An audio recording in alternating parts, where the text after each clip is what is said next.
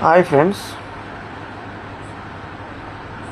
గడిచిన 5 ఏళ్ళు ఎలాగోలో కళ్ళు మూసుకొని బయటపడ్డారు ప్రజలు గూడూరులో. మళ్ళీ ఇప్పుడు రాజకీయాలు మొదలు పెట్టేశారు వైఎస్ఆర్సీపీ వాళ్ళు. ఇక్కడ ఏంటంటే మెయిన్ ప్రజలు భయపడుతున్నారు. ఎందుకంటే గత 5 ఏళ్లలో ప్రజలకు చేసిందంటే ఏమీ లేదు. ప్రశాంతంగా ఉన్న గూడూరుని చీల్చడం తప్పనిస్తే ప్రజలు ఆ భ్రమలో పడిపోతున్నారు. మళ్ళీ వాళ్ళు అధికారంలోకి వస్తారేమో. రెండోది వచ్చేసి చెప్పే వాళ్ళు కూడా అధికారంలోకి వస్తే అభివృద్ధి చేస్తామని చెప్పడం మానేసి రఫా నరుగుతామని ఒక కాన్సెప్ట్తో ముందుకెళ్తా ఉన్నారు.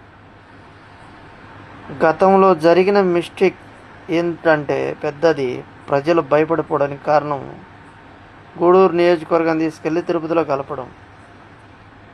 ఎట్నో మా ఎమ్మెల్యే గారి దయ వల్ల, పాసం సునీల్ కుమార్ గారి దయ వల్ల మమ్మల్ని తిరిగి మళ్ళీ నెల్లూరు జిల్లాలో కలపడం జరిగింది. ఎందుకంటే ప్రజలకి ఏ సమస్య వచ్చినా సరే అధికారంలో ఉన్నా అధికారంలో లేకపోయినా సునీల్ కుమార్ సారే దిక్కు మా తీర ప్రాంత ప్రజలకి.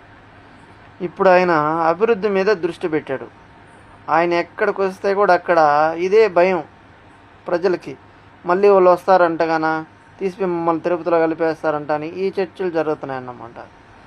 ఎంతోమంది చెప్తున్నా కూడా నాయనా వాళ్ళు వచ్చేది లేదు, ఏది లేదు, కూటమి ప్రభుత్వం స్టాండర్డ్గా ఉంటుందని చెప్తున్నా కూడా భయం. అంటే ప్రభుత్వాలు భరోసా కల్పించాల్సింది పోయి ప్రజల్లో భయాన్ని రేకెత్తించేశారన్నమాట. ఆ భయంలోనే బ్రతికేస్తూ ఉన్నారు ఇంకా కూడా. సునీల్ కుమార్ సార్ రుణం తీర్చుకోవాలని అందరూ ఎదురు చూస్తున్నారండి. వచ్చి గ్రామాల్లో చూస్తే అర్థమవుతుంది. ఇప్పటికీ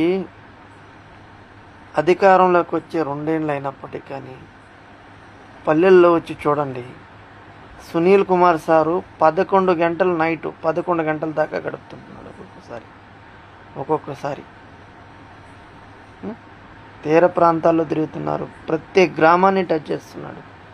ప్రజలు కూడా ఆయన రుణం తీర్చుకోవడానికి సిద్ధంగా ఉన్నారు. ఎందుకంటే తిరిగి మళ్ళీ నెల్లూరులో కలుస్తామన్న ఆలోచన ఎవరికి కూడా లేదు, ఆశ కూడా ఎవరికి లేకుండా పోయిన రోజులవి.